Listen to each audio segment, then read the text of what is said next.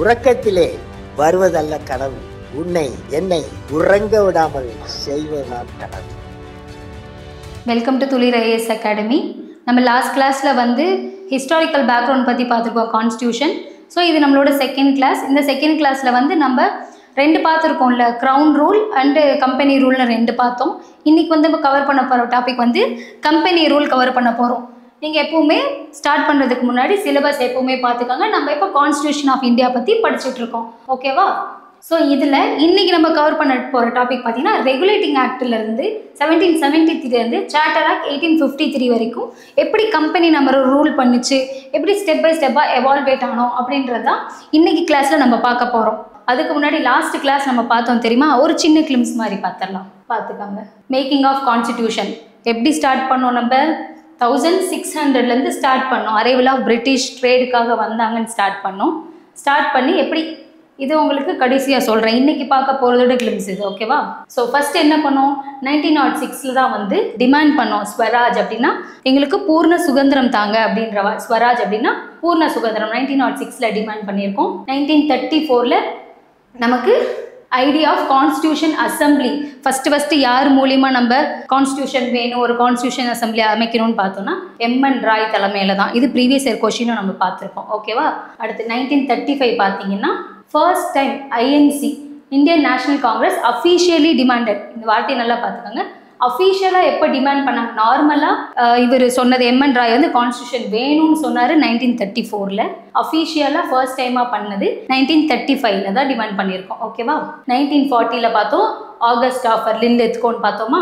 So demand was accept பண்ணிட்டாங்க. அதுக்கப்புறம் 1942 Chris proposal வச்சாங்க, பட் அது ரிஜெக்ட் ஆனிச்சு. அடுத்து கேபினட் மிஷன் நடந்திருக்கு, கேபினட் மிஷன் 1946, ஓகேவா? இது எல்லாமே ஜஸ்ட் உங்களுக்கு லாஸ்ட் டைம் பார்த்த கிளாஸை பார்த்துட்டு வந்தீங்கன்னா ஈஸியாக புரியும். இப்போ ஜஸ்ட் இயர் மட்டும் தான் சொல்கிறேன், ஓகேவா? 1946 constitution under the cabinet mission கீழே கான்ஸ்டியூஷன் ஃபார்ம் பண்ணலாம் அப்படின்னு முடிவாயிடுச்சு. நெக்ஸ்ட் 1946 ஃபர்ஸ்ட் மீட்டிங் எப்போ நடந்துச்சுன்னு கேட்டோம். ஃபர்ஸ்ட் மீட்டிங் 9th December 1946 நடந்திருக்கு. அதுக்கு யார் பிரசிடெண்ட்டாக இருந்தால் சச்சிதானந்த சின்ஹா. இவர் என்ன சொல்லியிருந்தோம், இவர் டெம்பரரி பிரசிடெண்டாக இருந்தார், ஓல்டு மெம்பர். இந்த இதுலேயே இவர் தான் ஓல்டு மெம்பராக இருந்தார். இவர் வந்து ஒரு ஃப்ரெஞ்ச் ப்ராக்டிசர். இது இவரை பற்றின ஒரு சின்ன ஹிஸ்ட்ரி, ஓகேவா? அடுத்து doctor Rajendra Prasad and H C Mukherjee was elected as a vice president.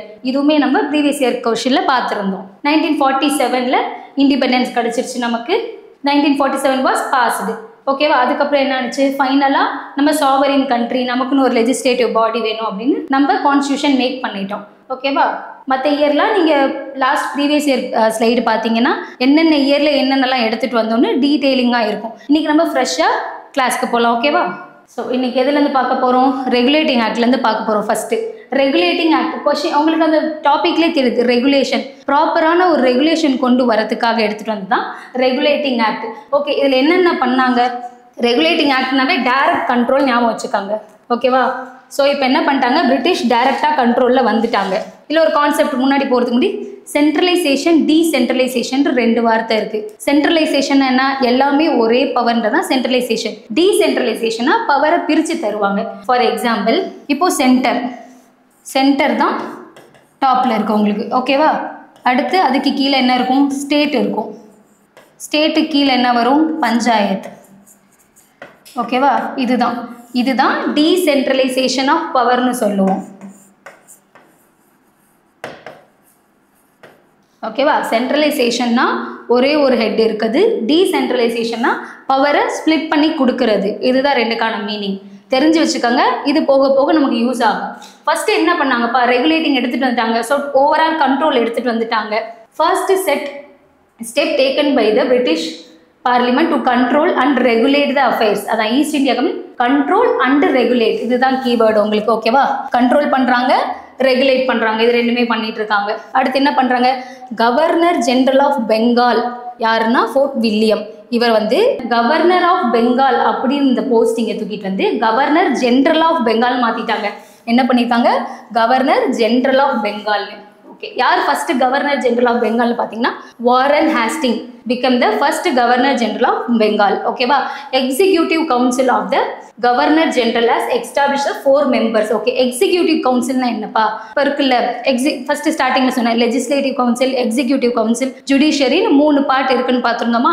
இதில் எக்ஸிக்யூட்டிவ் கவுன்சில்னா ஒரு ஹை அத்தாரிட்டி இருப்பாங்க, ப்ளஸ் கவுன்சில் ஆஃப் மெம்பர்ஸ் உள்ளே இருப்பாங்க. ஓகேவா, ஸோ இது சேர்த்தது தான் டோட்டல் வந்து என்ன சொல்லியிருக்காங்க, 4 மெம்பர்ஸ் இருப்பாங்க. ஸோ இதில் ஒருத்தர் plus 3 members council of members இருப்பாங்க. ஃபஸ்ட்டு எக்ஸிக்யூட்டிவ் கவுன்சில்னு ஒன்று ஃபார்ம் பண்ணி அதில் ஒரு 4 மெம்பர்ஸ் இவங்க மூலியமாக தான் கண்ட்ரோல் பண்ணிட்டு இருந்தாங்க. ஃபஸ்ட்டு எப்படி கண்ட்ரோல் பண்ணிட்டு இருந்தாங்க? இன்டைரக்டாக கண்ட்ரோல் பண்ணிட்டு இருந்தாங்க. எப்படி இன்டைரக்டாக கண்ட்ரோல் பண்ணாங்கன்னா, ஃபஸ்ட்டு யார் இருப்பா? க்ரௌன் இருப்பாங்க. க்ரௌனுக்கு கீழே என்ன இருப்பாங்க? பிரிட்டிஷ் பார்லிமெண்ட் இருந்துச்சு. பிரிட்டிஷ் பார்லிமெண்ட்க்கு அப்புறம் அதுக்கு ஈஸ்ட் இந்தியா கம்பெனின்னு ஒன்று ஸ்டார்ட் பண்ணாங்களா. ஸோ ஈஸ்ட் இந்தியா கம்பெனின்னு ஒன்று ஸ்டார்ட் பண்ணி இந்தியாவை கண்ட்ரோல் பண்ணிட்டு இருந்தாங்க. எப்படி? இவங்கெல்லாம் தாண்டி வந்து இப்போ ஏதாவது பிரச்சனை அப்படின்னா ஃபர்ஸ்ட் ஈஸ்ட் இந்தியா கம்பெனிக்கு போகும், அப்புறம் பிரிட்டிஷ் பார்லிமெண்ட், அதுக்கப்புறம் க்ரௌன். இதுதான் வந்து இன்டைரக்ட் முறையில் நம்மள ரூல் பண்ணிட்டு இருந்தாங்க. இது எல்லாமே நம்ம இது வரைக்கும் கம்பெனி ரூல் வரைக்கும் இப்படி தான் ரூல் ஆகிட்டு இருந்துச்சு. ஓகேவா, அடுத்து என்னது? Subordinate governor of Bombay and இப்போ இவங்க இருக்காங்களா, இந்த எக்ஸிக்யூட்டிவ் கவுன்சில் வந்து எதை சபார்டினேட் பண்ணாங்க? இவங்க தான் ஓவர் கண்ட்ரோல். சபார்டினேட்னா இவங்களுக்கு கீழே இவங்க இருக்காங்கன்னு அர்த்தம். எதை Bombay and Madras of the governor general of Bengal. So இவங்க சபார்டினேட் பண்ணிட்டு இருந்தாங்க. அடுத்து சுப்ரீம் கோர்ட் வாஸ் எஸ்டாப்ளிஷ். இந்த கொஷினில் இது எல்லாமே உங்களுக்கு ஃபேக்ட் தான். கொஷின் எப்படி கேட்பாங்கன்னா, சுப்ரீம் கோர்ட் எந்த ஆக்ட் கீழே பாஸ் ஆனிச்சுன்னு கேட்பாங்க. 1773 தான் சுப்ரீம் கோர்ட் வந்து எஸ்டாப்ளிஷ் பண்ணியிருக்காங்க, ஃபோர்ட் வில்லியம், கல்கத்தாவில். ஓகேவா, அப்பெக்ஸ் கோர்ட்னா என்னன்னு அர்த்தம்னா, இதுதான் ஒரு ஃபர்ஸ்ட் சுப்ரீம் கோர்ட் மாதிரி, இதுதான் ஹை அத்தாரிட்டி. எந்த ப்ராப்ளம்னாலும் எதுனாலும் இவங்க தான் ஃபைனலைஸ் பண்ணுவாங்க. High authority apex court. ஓகேவா, ஸோ 1773 ஆக்ட் பாஸ் பண்ணி அப்பெக்ஸ் கோர்ட்டா 1774 வந்துருச்சு. ஓகேவா, அடுத்து prohibit the servant of company from engaging the private trade and accepting the bribe. பேரில் தான் சொல்லியிருந்தாங்க, பட் இவங்க பண்ணது எல்லாமே ஃபுல்லாக பிரைப் படி தான் நடந்துட்டு இருந்தாங்க. ஓகேவா, ஸோ இது பொதுவாக சொன்னால் ஒரு மறைமுகமான சுரண்டலை தான். இன்டைரக்டாக ஒரு ரெகுலேட்டிங் ஆக்ட்னு எடுத்துகிட்டு வந்து ஸோ எக்ஸிக்யூட்டிவ் கவுன்சில் கீழே வச்சு நம்மளை இவங்க மறைமுகமாக சுரண்டிகிட்டு இருந்தாங்க. ஸோ 1773 ஆக்ட் இது. ஓகேவா, அடுத்து பார்த்தீங்கன்னா கோர்ட் ஆஃப் டைரக்டர்ஸ். இதுதான் governing body of the company. So இங்கே வந்து court of directors, board of கண்ட்ரோல்னால் வந்து கிரியேட் பண்ணி அது மூலியமாக வந்து நம்மள ரூல் பண்ணிட்டு இருந்தாங்க. ஓகேவா, இது உங்களுக்கு பின்னாடி வரும். இந்த வேர்ட் மட்டும் பார்த்துக்கலாம். கோர்ட் ஆஃப் டைரக்டர்ஸ்ன்ற வார்த்தை 1773 வந்திருக்கு. இது கொஞ்சம் உங்களுக்கு நெக்ஸ்ட் டாபிக். இதுக்கு முன்னாடி ஒரு ஆக்ட் இருக்குது, அதை நான் உங்களுக்கு இப்போ எக்ஸ்பிளைன் பண்ணிடுறேன். ஓகேவா, என்னது? Amendment act 1781 amendment act. இதுதான் நமக்கு செகண்டாக இருக்க ஆக்ட். ஓகேவா, இதை வந்து என்னன்னு சொல்லலாம், டிக்ளரேட்டிவ் ஆக்ட்னு நம்ம சொல்லலாம். என்ன act? Declarative act. So 1781 act is a declarative act. இங்கே என்ன பண்ணாங்க? Governor general. இது ஜஸ்ட் உங்களுக்கு நிறைய பாயிண்ட்ஸ் இல்லை, 2 பாயிண்ட் தான் இருக்குது, அதான் ஸ்லைடில் நான் காமிக்கல. ஓகேவா, இங்கே என்னென்னா ஒரு கவர்னர் ஜென்ரல் இருப்பார், ப்ளஸ் எக்ஸிக்யூட்டிவ் கவுன்சில். அதுக்கு இவங்க என்னென்னா இது ஒரு 5 மெம்பர்ஸ். இந்த 5 மெம்பர்ஸ் தான் ரூல் பண்ணாங்க இந்தியாவை. Rule in India. ஓகேவா, ஸோ ஜஸ்ட் 1781 ஆக்ட் படி ஞாபகம் வச்சுக்கோங்க. இது டிக்ளரேட்டிவ் ஆக்ட்னு சொல்லுவோம். இதுக்கு கீழே வந்து 5 மெம்பர்ஸ் வந்து ரூல் பண்ணிட்டு இருந்தாங்க. அடுத்த ஆக்ட் என்னன்னு பார்த்தீங்கன்னா பிட்ஸ் இந்தியன் ஆக்ட். அடுத்த topic. So bits Indian act என்ன பண்ணாங்க அப்படின்னா, distinguished between commercial and political function of the company. Okay, ரெண்டா பிரிச்சுக்கிட்டாங்க. கமர்ஷியல் ஃபங்க்ஷன்லாம் தனியாகவும் பொலிட்டிக்கல் ஃபங்க்ஷன்லாம் தனியாகவும் பிரிச்சுக்கிட்டாங்க. அப்போ இந்த கமர்ஷியல் ஃபங்க்ஷனை வந்து ஹேண்டில் பண்ணுறவங்க தான் கோர்ட் ஆஃப் டைரக்டர்ஸ். இங்கே பார்த்தோம் பார்த்தீங்களா, கோர்ட் ஆஃப் டைரக்டர்ஸ் அப்படின்னு ஒரு வார்த்தை. அவங்க யார்? Governing body. இவங்க தான் கவர்ன் பண்ணுறாங்க. ஸோ கோர்ட் ஆஃப் டைரக்டருங்க கமர்ஷியல் அஃபேர்ஸையும், போர்ட் ஆஃப் கண்ட்ரோல் அப்படின்றவங்க பொலிட்டிக்கல் அஃபேர்ஸையும் பிரித்து இவங்க ரூல் பண்ணிட்டு இருந்தாங்க தனித்தனியாக. ஓகேவா, அடுத்து reduce the strength of governor general's council into 3. இப்போ தானே பார்த்தோம் இங்கே. ஸோ 1781 எடுத்துகிட்டு வந்த அந்த 5 மெம்பர்ஸ் இருந்ததை என்னவா மாற்றிட்டாங்க? 3 மெம்பர்ஸாக மாற்றிட்டாங்க. ஸோ இதெல்லாம் உங்களுக்கு ஃப்யூச்சரில் கொஷினாக வைக்க வாய்ப்பு இருக்குது. ஸோ படிக்கும்போது ஒரு சில ஃபேக்ட்ஸ் எல்லாம் நல்லா படிச்சுக்கோங்க. ஓகேவா, அடுத்து placed the Indian affairs under the direct control of the government. இதுக்கு முன்னாடி வரைக்கும் டைரக்ட் கண்ட்ரோலில் இல்லை. ஸோ இந்தியன் அஃபேர்ஸ் எல்லாத்தையுமே இப்போ டைரக்ட் கண்ட்ரோலாக பிரிட்டிஷ் கவர்மெண்ட் கீழே எடுத்துகிட்டு வந்தாங்க. ஃபஸ்ட்டு ரெகுலேட்டிங்னு ஆரம்பித்து இன்டைரக்டாக ரூல் பண்ணிட்டு இருந்தாங்க. கொஞ்சமாக நம்மளை வந்து டைரக்ட் ரூலுக்கு எடுத்துகிட்டு வராங்க. ஓகேவா?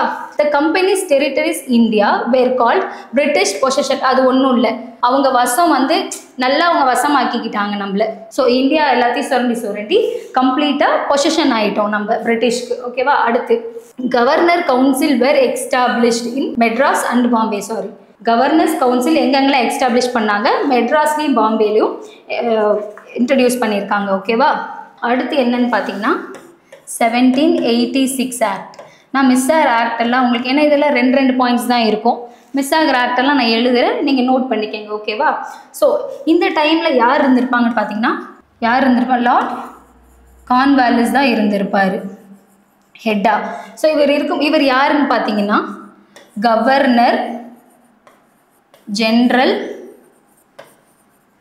ஆஃப் பெங்கால். நம்ம பார்த்தோம் பார்த்தீங்களா 1733 ஆக்டில் கவர்னர் ஜெனரல் ஆஃப் பெங்கால்ங்கிறத கவர்னர் ஆஃப் பெங்கால்னு மாற்றிருப்பாங்க.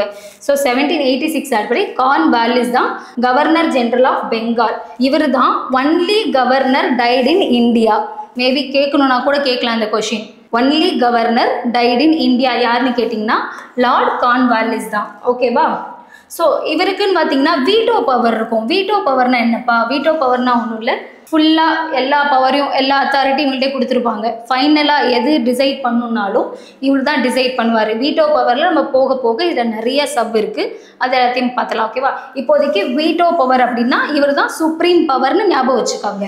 அடுத்து வீட்டோ பவரை அடுத்து கமர்ஷியல், இவர் தான் வந்து சீஃப் எக்ஸிக்யூட்டிவும். இது இவரை பற்றினது. Chief executive.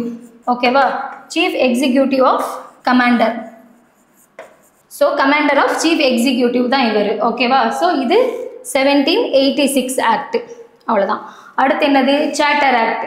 இந்த சார்ட்டர் ஆக்ட் ஆக்சுவலாக சார்ட்டர் ஆக்ட் ஸ்டார்டிங்லேயே நம்ம பார்த்துருந்தோம். 20 வருஷத்துக்கு ஒரு தடவை இந்த சார்ட்டர் ஆக்ட் போட்டுக்கிட்டே இருப்பாங்க. ஸோ ஒவ்வொரு ஆக்ட்லேயும் என்னென்ன ஆட் பண்ணிகிட்டு இருந்தாங்கன்றதை பார்ப்போம். ஓகேவா? ஃபஸ்ட்டு ஆக்ட் ஆக்சுவலாக எப்பப்பா? சார்ட்டர் ஆக்ட்ன்றது ஃபஸ்ட்டு சார்ட்டர் ஆக்ட் ஸ்டார்ட் ஆனது இயர் பார்த்தீங்கன்னா 1793. இதுலேருந்து ஒரு 10 இயர்ஸ் ஆட் பண்ணுங்கள். 1833, 1853ன்னு சொல்லிட்டு மொத்தம் 4 சார்ட்டர் ஆக்ட் இருக்குது நமக்கு. First charter act. First chapter ஆக்டில் ஒன்றும் இல்லை, மோர் கான்சன்ட்ரேஷன் ஆன் பவர். ஓவராக பவர்லேயே கான்சென்ட்ரேட் பண்ணிட்டு இருந்தாங்க. Plus trade monopoly. இதில் மெயினான வார்த்தைன்னு பார்த்தீங்கன்னா ட்ரேட் மோனோபோலி. ட்ரேட் மோனோபோலினா என்னப்பா? ஸோ இவங்க கூட நாங்கள் தான் ட்ரேட் பண்ணுவோம் அப்படின்ற ஒரு எக்ஸ்க்ளூசிவான பவர் மாதிரி வாங்கி வச்சுருப்பாங்க. ஸோ வேறு யாரும் வந்து நமக்கு ட்ரேட் பண்ண முடியாத மாதிரி. ஓகேவா? இதுதான் ட்ரேட் மோனோபோலி. அப்போது ஃபஸ்ட்டு சார்ட்டர் ஆக்ட் 1793ல் ட்ரேட் மோனோபோலியாக இருந்திருக்கு. ஓகேவா? ஸோ ஒவ்வொரு எக்ஸ்டெண்ட் பண்ணுவாங்க 20 இயர்ஸ்க்கும். ஸோ எவ்ரி 20 இயர்ஸ் இது வந்து எக்ஸ்டெண்ட் ஆகும் அப்படின்னு சொன்னது ஃபர்ஸ்ட் சார்ட்டர் ஆக்ட்ல சொல்லியிருக்காங்க. நெக்ஸ்ட் 1813 செகண்ட் சார்ட்டர் ஆக்ட்ல என்ன பண்ணாங்க? இதில் இன்ட்ரடியூஸ் பண்ண ட்ரேட் மோனோபோலியை abolish the trade monopoly of the company to India. ஆனால் 2 விஷயத்துக்கு மட்டும் விட்டு வச்சிருப்பாங்க. அது என்னன்னு பார்த்தீங்கன்னா trade in tea and trade with China. இது 2 தவிர மற்ற எல்லா ட்ரேட் மோனோபோலியும் உடச்சி விட்ருவாங்க. ஸோ யார் வேணால் வந்து ட்ரேட் பண்ணிக்கலாம். பட் டீ அதுன்ற விஷயமும் அண்ட் சைனா ட்ரேடு வந்து இது மட்டும் மோனோபோலியாகவே இருந்துச்சு. இது மட்டும் எக்ஸப்ஷன். நல்லா ஞாபகம் வச்சுக்காங்க. ஓகேவா? அடுத்து it asserted the sovereignty of the British crown over the company territory of the India. இதுக்கு முன்னாடி இன்டைரக்டாக பார்த்தாங்கன்னு சொன்னேன்னா, ஸோ இப்போலேருந்து என்ன பண்ண ஆரம்பிச்சிட்டாங்க? So sovereignty of the British crown over the crown தான்ப்பா. இனிமேல் வந்து நீங்கள் ஈஸ்ட் இந்தியா கம்பெனியோ அப்படி தனித்தனியாக ஒவ்வொருத்தங்களாம் ஃபேஸ் பண்ண தேவையில்லை. இனிமேல் எந்த பிரச்சனைனாலும் டைரெக்டாக நம்ம க்ரௌன் கிட்டே போயிடும். Full company territory of India எந்த ப்ராப்ளம்னாலும் நேராக க்ரௌன் கிட்டே போயிடுவாங்க. ஓகேவா? இட் ஓன் த நிறைய கிறிஸ்டியன் மிஷனரிஸ் எடுத்துகிட்டு வந்துட்டாங்க to come India for the purpose of enlightening the people. என்லைட்டிங்னா அவங்களுக்கு வந்து அவங்க அறிவு கண்ணை திறக்கிறேன் அப்படின்ற மாதிரி நிறைய கிறிஸ்டியன் மெஷினரிஸ்லாம் எடுத்துகிட்டு வந்து நிறைய கன்வர்ஷன் நடந்துச்சு. எதனால் கன்வர்ஷன் நடந்துச்சு? நீங்கள் இந்த இது விட்டு இதில் மாறினீங்க அப்படின்னா உங்களுக்கு எஜுகேஷன் கொடுப்போம் அப்படின்னு நிறைய சலுகைகள்லாம் கொடுக்க ஆரம்பித்தாங்க. கொடுத்து நார்மல் பீப்புளை கிறிஸ்டியன் மெஷினரிஸாக மாற்றுறாங்க. இதுவும் ஒரு ப்ராசஸ். இதில் மெயின் ப்ராசஸ் என்லைட்மெண்ட் ஆஃப் பீப்புள்ன்றது அவங்கள ஒரு இதை ரிலிஜன் விட்டு இன்னொரு ரிலிஜன் கன்வெர்ட் பண்ண வச்சு சலுகைகள்லாம் நிறைய கொடுத்தாங்க. ஸோ அந்த டைமில் நிறையா பேர் ரிலிஜன் சேஞ்ச் ஆகிருப்பாங்க. ஓகேவா? அடுத்து it provide for the spread of the western education. எப்போ இந்த கிறிஸ்டியன் மிஷனரிஸ்லாம் உள்ளே வந்தாங்களோ அப்போலேருந்து இந்த வெஸ்டர்ன் எஜுகேஷனும் உள்ளே வந்துருச்சு. ஓகேவா? India inhabiting the British territory. So full and full occupy பண்ணிட்டாங்க. எஜுகேஷன் வெஸ்டர்ன் எஜுகேஷன் எடுத்துகிட்டு வந்துட்டாங்க. ஓகேவா? அடுத்து பார்த்தீங்கன்னா சாவரின்ற என்ன சொன்னேன்? Supreme control. எல்லா சுப்ரீம் கண்ட்ரோலும் க்ரௌனுக்கு போயிடுச்சு. கிறிஸ்டியன் மிஷனரிஸ் வந்துருச்சு. ஸோ அதுக்கப்புறம் வெஸ்டர்ன் எஜுகேஷன்ஸும் ஸ்டார்ட் ஆகிடுச்சு. ஓகேவா? அடுத்து என்னன்னு பார்த்தீங்கன்னா கிறிஸ்டியன் மிஷனரிஸ்லேயே பார்த்தீங்கன்னா 2 இருக்குது. நான் இதை வைப் பண்ணிடுறேன். நோட் பண்ணுறதுனா பண்ணிக்கோங்க. ஸோ இந்த கிறிஸ்டியன் மிஷனரிஸ் பார்த்தீங்கன்னு வைங்களேன் 2 இருக்குப்பா. அஃபீஷியலாக கண்ட்ரோல் பண்ணாங்க. Officially control. ஸோ எல்லா சலுகைகளும் கொடுத்து அஃபீஷியலாக கண்ட்ரோல் பண்ணாங்க இந்தியாவை. Control India. ஓகேவா? ஸோ எப்படி ஃபஸ்ட்டு ஒன்று ஸ்ப்ரெட் இது இங்கிலீஷ் ஸ்ப்ரெட் பண்ணாங்க. இங்கிலீஷ் ஸ்ப்ரெட் ஆணுச்சு. அப்புறம் வெஸ்டர்ன் எஜுகேஷன் இதானுச்சு. அப்புறம் எல்லாத்தையுமே கன்வெர்ட் பண்ணிட்டாங்க. முன்னாடி சொன்ன பாயிண்ட் தான். Convert to Christianity. ஓகேவா? அடுத்து ஸோ அஃபிஷியலாக கண்ட்ரோல் பண்ணாங்கன்னு சொல்லிட்டோம். ஸோ இங்கிலீஷ் வெஸ்டர்ன் எஜுகேஷன் எடுத்துகிட்டு வந்தாங்க. அதுக்கப்புறம் கிறிஸ்டியானிட்டின்ற பேரில் கண்ட்ரோல் பண்ணாங்க. ப்ளஸ் இன்னொன்று என்ன சொல்லியிருப்பாங்கன்னா 1 lakh rupees வந்து இந்த எஜுகேஷனுக்காக நாங்கள் ஒதுக்குறோம் அப்படின்ற ஒரு இன்ஃபர்மேஷன் தான் இது. இதில் வந்து சொல்லியிருப்பாங்க. ஸோ 1 lakh per year வந்து நாங்கள் எஜுகேஷன் ஸ்கீலை ஸ்பெண்ட் பண்ணுவோம் அப்படின்னு சார்ட்டர் ஆக்ட் 1830 இன்ஃபார்ம் பண்ணியிருப்பாங்க. பட் இது எடுத்துகிட்டு வந்தாங்களான்னு கேட்டால் கடைசி வரைக்கும் இது இம்ப்ளிமெண்ட் ஆகலை. ஓகேவா? இதையும் ஞாபகம் வச்சுக்கோங்க. It own the Christian missionaries பார்த்துட்டோமா? வெஸ்டர்ன் எஜுகேஷன் எடுத்துகிட்டு வந்துட்டாங்க. இட் ஆர்த்தடைஸ் the local government. Local government in India imposing the tax on a person. So இந்த 1813 கீழே என்ன எடுத்துகிட்டு வந்தாங்கன்னா ஸோ டேக்ஸ் இம்போஸ் பண்ணலாம் லோக்கல் கவர்மெண்ட். அதான் டீசென்ட்ரலைசேஷன் பவர்னு பார்த்தோம்ல. சென்டர், ஸ்டேட், அதுக்கப்புறம் பஞ்சாயத்துன்னு பார்த்துட்டோம். ஸோ இந்த லோக்கல் எல்லாமே வந்து லோக்கல் கவர்மெண்ட்ஸும் டேக்ஸ் இம்போஸ் பண்ணிக்கலாம் ஆன் அ பர்சன் அப்படின்னு சொல்லியிருக்காங்க. தே குட் ஆல்சோ பனிஷ். ஒருவேளை அப்படி டேக்ஸ் பே பண்ணல அப்படின்னா அவங்கள பனிஷும் பண்ணலான்ற பவர் வந்து சார்ட்டர் ஆக்ட் கீழே இருந்துச்சு. Next charter act 1833. ஸோப்பா இதுதான் 1833 சென்ட்ரலைசேஷன் பவர் பண்ணிக்கிட்டே இருந்தாங்க. ஸ்டார்ட் பண்ணாங்க. எப்போ இந்த ஃபுல் சென்ட்ரலைசேஷன் ஆணுச்சு, ஃபைனலைஸ் ஆணுச்சுன்னு பார்த்தா final step towards the centralisation. So final step towards the centralisation. ஓகேவா? இதில் பாருங்கள், governor general of Bengal became the governor general of India. இது பார்த்துருப்பீங்கப்பா. நம்ம எப்படி பார்த்தோம்? ஃபஸ்ட்டு ஒரு சின்ன இது மாதிரி சொல்லிடுறேன், வரிசையாக ஞாபகம் வச்சுக்காங்க. ஃபஸ்ட்டு என்ன பார்த்தோம்? நம்ம இங்கே எழுதுகிறேன். கவர்னர் ஆஃப் பெங்கால் இருந்துச்சா? ஃபஸ்ட்டு நம்ம பார்த்தப்போ கவர்னர் ஆஃப் பெங்கால்ன்ற வார்த்தை இருந்துச்சு. 1773 ரெகுலேஷன் ஆரம்பிக்கும் போது இது என்னவா மாறுனுச்சு?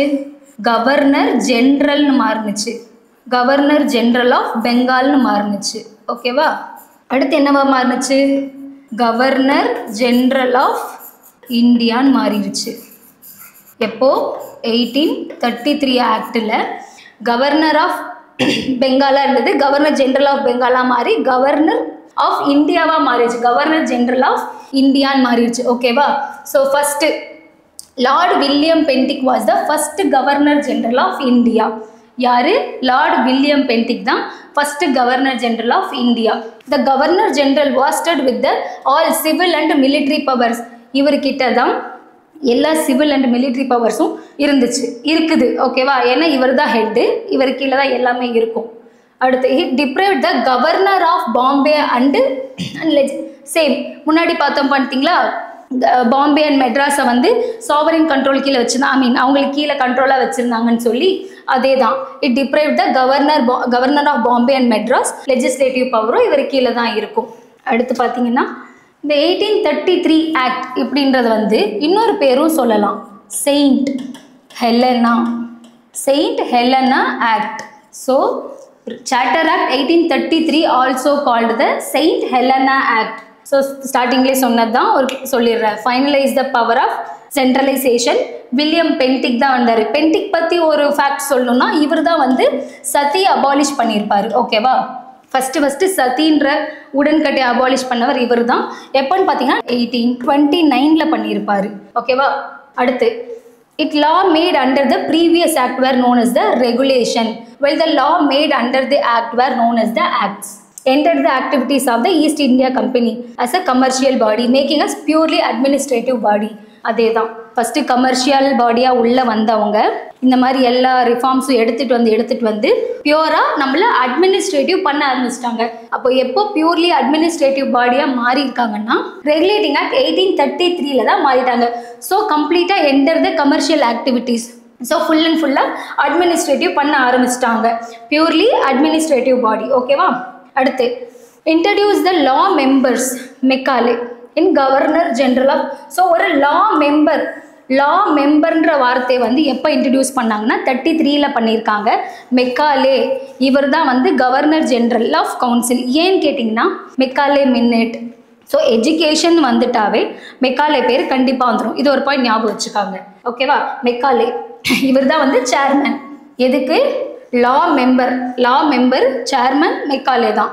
ஓகேவா, அடுத்து இதில் இன்னொரு பாயிண்ட் ஆட் பண்ணிக்காங்க. 6th பாயிண்ட் என்னன்னு பார்த்தீங்கன்னா இந்திய சிவில் சர்வீஸ் எக்ஸாம். இந்தியன்ஸ்க்கான சிவில் சர்வீஸ் எக்ஸாம் இருக்குல்ல, இப்போ நம்மளாம் எழுதிட்டு இருக்கோமே ஐஏஎஸ் ஐபிஎஸ், இது எல்லாமே சிவில் சர்வீஸ் எக்ஸாம்ஸ் கீழே வந்துடும்.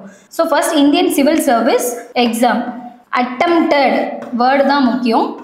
Attempted to introduce. So attempt to introduce the civil service exams. இந்தியாவில் இன்ட்ரடியூஸ் பண்ணலாம் அப்படின்ற ஒரு பேச்சை எடுத்துகிட்டு வந்ததே பார்த்தீங்கன்னா இந்த இந்தியன் சிவில் சர்வீஸ் எக்ஸாம்ஸை இன்ட்ரடியூஸ் பண்ணது 1833 தான். ஓகேவா, நெக்ஸ்ட் சார்ட்டர் ஆக்ட். வரிசையாக எல்லா சார்ட்டர் ஆக்டும் பார்த்துட்டு வரும். அடுத்த சார்ட்டர் ஆக்டில் என்ன பண்ணாங்க நல்லா ஞாபகம் வச்சுக்கோங்க. ஸ்டார்டிங்கில் டீசென்ட்ரலைசேஷன் எடுத்துகிட்டு வந்திருப்பாங்க, சென்ட்ரலைசேஷன் எடுத்துகிட்டு வரணும்னு பண்ணியிருப்பாங்க, அதுக்கப்புறம் அபாலிஷ் பண்ணியிருப்பாங்க, அப்புறம் ஃபைனலைஸ் பண்ணியிருப்பாங்க. எல்லாமே ஸ்டெப் பை ஸ்டெப்பாக வந்துக்கிட்டே இருக்கும். அது எந்தெந்த ஆக்ட் கீழே வருதுன்றதை நல்லா ஞாபகம் வச்சுக்கணும். ஓகேவா, அடுத்து சார்ட்டர் ஆக்ட் 1853. ஸோ 53 என்னன்னு பார்த்தீங்கன்னா separate the legislative and executives ரெண்டாக பிரிக்கிறாங்க. லெஜிஸ்லேட்டிவும் எக்ஸிக்யூட்டிவும் ரெண்டாக பிரிக்கிறது எப்போன்னு பார்த்தீங்கன்னா இந்த 1853 தான் வந்து ரெண்டும் ஸ்பிளிட் ஆகுது. So governor general council, legislative body, executive body. எப்படின்னா இது வந்து ஆர்டிகல் 50 கீழே செப்பரேட் த லெஜிஸ்லேட்டிவ் அண்டு ஜுடிஷியரின்னு வரும். ஓகேவா, separate the executive and judiciary. அது பார்த்தீங்கன்னா ஆர்டிகல் 50 கீழே. இது ஒரு பாயிண்டாக சும்மா ஞாபகம் வச்சுக்கோங்க. நம்ம ஆர்டிகல்ஸ்லாம் பார்க்கும்போது சொல்லுவோம். ஆனால் லெஜிஸ்லேட்டிவ் அண்ட் எக்ஸிக்யூட்டிவ்னு ஃபங்க்ஷன்ஸ் ரெண்டாக பிரித்தது ரெகுலேட்டிங் ஆக்ட் 1853 தான். ஓகேவா, provide for the additional 6 new members call the legislative councillors.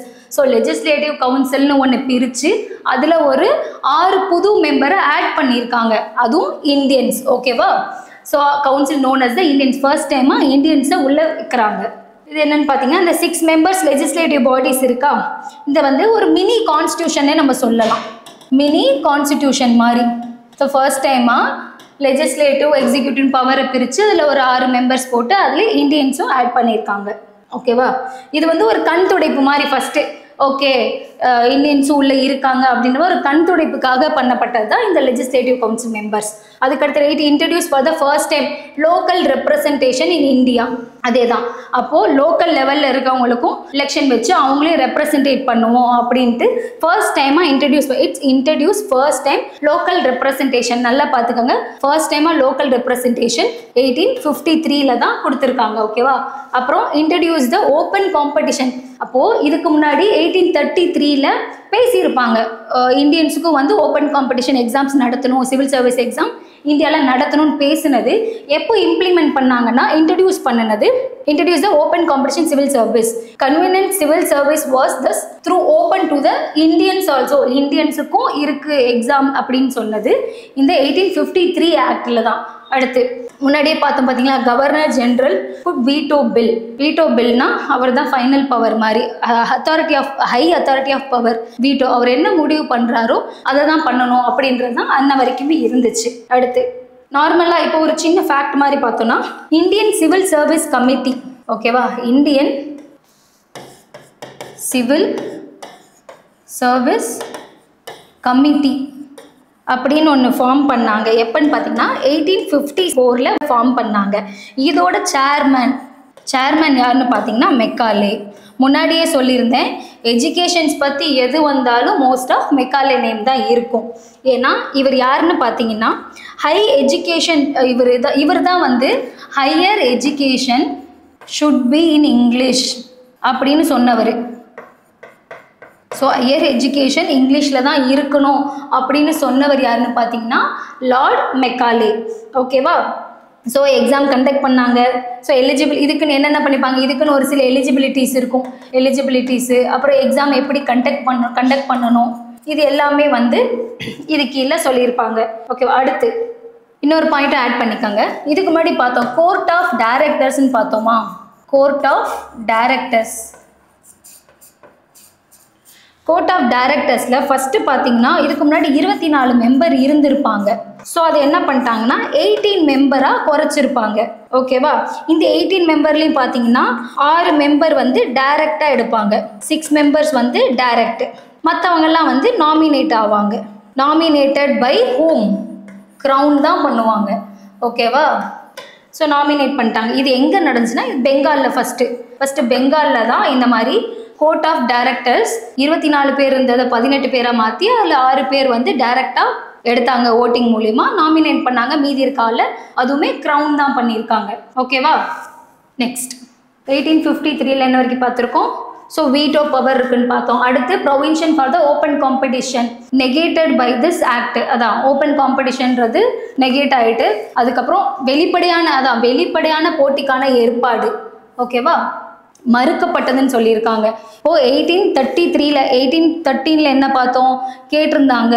So இந்தியன்ஸ்க்கும் civil service exam இருக்கணும்ட்டு 1833 என்னாச்சு, இங்கே நடக்கலாம் அப்படின்னு இந்தியன்ஸுக்கும் சிவில் சர்வீஸ் எக்ஸாம் அப்ளை பண்ணலாம், அவங்களும் எழுதலான்னு ஒரு இது வந்து 33 எடுத்தாங்க. 1853 ஸோ வெளிப்படையான போட்டிக்கான ஏற்பாடு மறுக்கப்பட்டது. ஓகேவா? அடுத்து restriction of immigration of the Europeans and acquire the property lifted. ஓகேவா?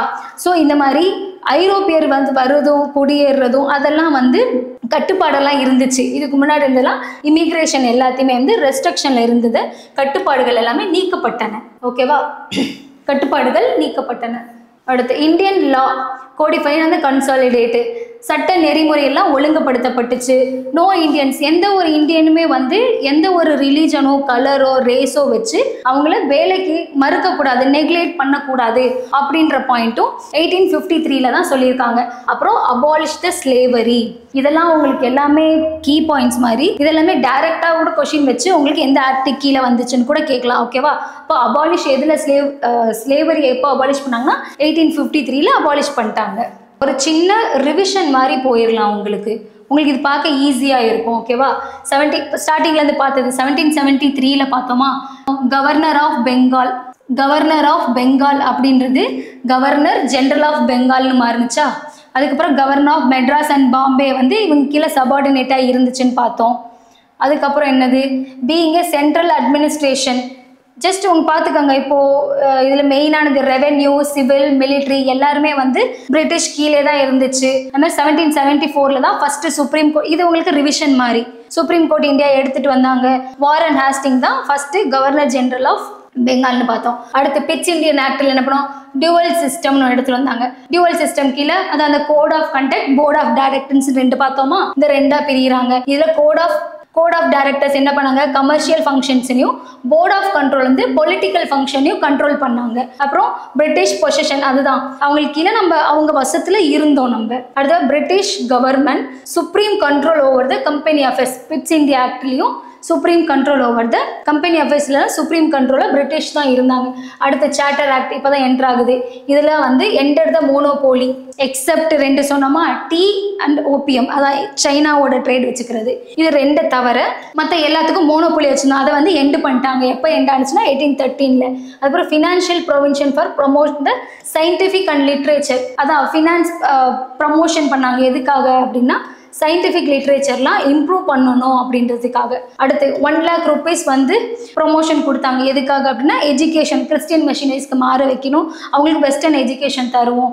எவ்ரி 20 years உங்களுக்கு வந்து சார்ட்டர் ஆக்ட் மாறிக்கிட்டே இருக்கும். ஆனால் அந்த 1 lakhன்றது நாங்கள் எஜுகேஷனுக்காக தனியாக தருவோம் அப்படின்னு சொல்லி வச்சுருப்பாங்க. பட் கடைசி வரைக்கும் இதை பண்ணியிருக்க மாட்டாங்க. ஓகேவா? சார்ட்டர் ஆக்ட் 1833 தான் ஃபைனல் பவர் ஆஃப் சென்ட்ரலைசேஷன். ஓகேவா?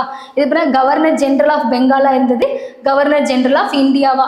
எங்கேருந்து எங்கே சேஞ்ச் ஆகுன்றதை நல்லா பார்த்துக்காங்க. ஓகே, கவர்னர் ஜென்ரல் ஆஃப் இந்தியாவாக மாறிடுச்சு. லார்ட் வில்லியம் பென்டிக் தான் ஃபர்ஸ்ட் கவர்னர் ஜெனரல். இங்கே வந்து வாரன் ஹாஸ்டிங் இருந்தார், இப்போ வில்லியம் பென்டிக். ஓகேவா? அதுக்கப்புறம் இது என்ன சொல்லுவோம், Saint Helena act, also called the Saint Helena act. அடுத்து legislative power of governor has Bombay Madras province were removed. ஓகேவா? இதுக்கு முன்னாடி லெஜிஸ்லேட்டிவ் பவர் வந்து பாம்பே மெட்ராஸ்க்கு கண்ட்ரோல் பண்ணிட்டு இருந்தாங்கன்னு பார்த்தோமா, இங்கே அதை இங்கே ரிமூவ் பண்ணிட்டாங்க. அதே மாதிரி ஃபர்ஸ்ட் காம்படிட்டிவ் எக்ஸாம்ஸ் வந்து இந்தியன்ஸ்க்கும் கண்டக்ட் பண்ணணும், நடக்கணும்னு சொல்லி 1833 சும்மா ஒரு கொடுத்துருப்பாங்க. இதை வந்து அட்டம் பண்ண ட்ரை பண்ணியிருப்பாங்க 1833, பட் ஃபெயில்ட் ஆயிரும். அட்டம் ஆயிருக்காது 1833. 1853 தான் வந்து அலோவ் பண்ணியிருப்பாங்க. ஓகேவா?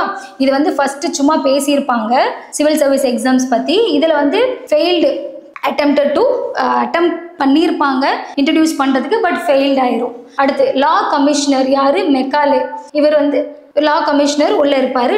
ஃபர்ஸ்ட் லா கமிஷனர் யார், லார்டு மெக்காலே. ஓகேவா? அதுக்கப்புறம் எண்டட் த கம்பெனி மோனோபோலியை ஃபுல்லாக எண்டு பண்ணிட்டாங்க. Only tea and China trade மட்டும் இருக்கும் எப்பவுமே. ஓகேவா? அடுத்த சார்ட்டர் 1853 என்னன்னு பார்த்தீங்கன்னா சேம் பார்லிமெண்ட்ரி சிஸ்டம் ஸ்டார்ட் ஆயிடுச்சு. இந்தியன்ஸ் வேர் அலௌடு சிவில் சர்வீஸ் எக்ஸாமுக்கு உள்ள அலோவ் பண்ணிட்டாங்க. அப்புறம் லோக்கல் ரெப்ரசன்டேஷனும் எடுத்துகிட்டு வராங்க. எங்கன்னா சென்ட்ரல் லெஜிஸ்லேட்டிவ் கவுன்சிலில் லோக்கல் ரெப்ரசன்டேஷன் இன்ட்ரடியூஸ் பண்ணுறாங்க. இன்னைக்கு கிளாஸ் நம்ம என்ன கவர் பண்ணோம், ரெகுலேட்டிங் ஆக்ட் 1773 சார்ட்டர் ஆக்ட் 1853 கீழே இருக்க எல்லாமே முடிச்சிட்டோம். உங்களுக்கு ரிவிஷனும் கொடுத்துட்டேன். ஸோ கையோட கையாக என்ன பண்ணுங்க, நோட்ஸ் எடுக்கணும்னா நோட்ஸ் எடுத்துக்கோங்க, படிக்கிறவங்க படிச்சிருங்க. அப்போ தான் நெக்ஸ்ட் கிளாஸ் நம்ம வந்து கிரவுண்ட் ரூல்லேருந்து ஸ்டார்ட் பண்ண போகிறோம். அது நம்ம 3rd கிளாஸாக இருக்கும். ஓகேவா? தேங்க்யூ.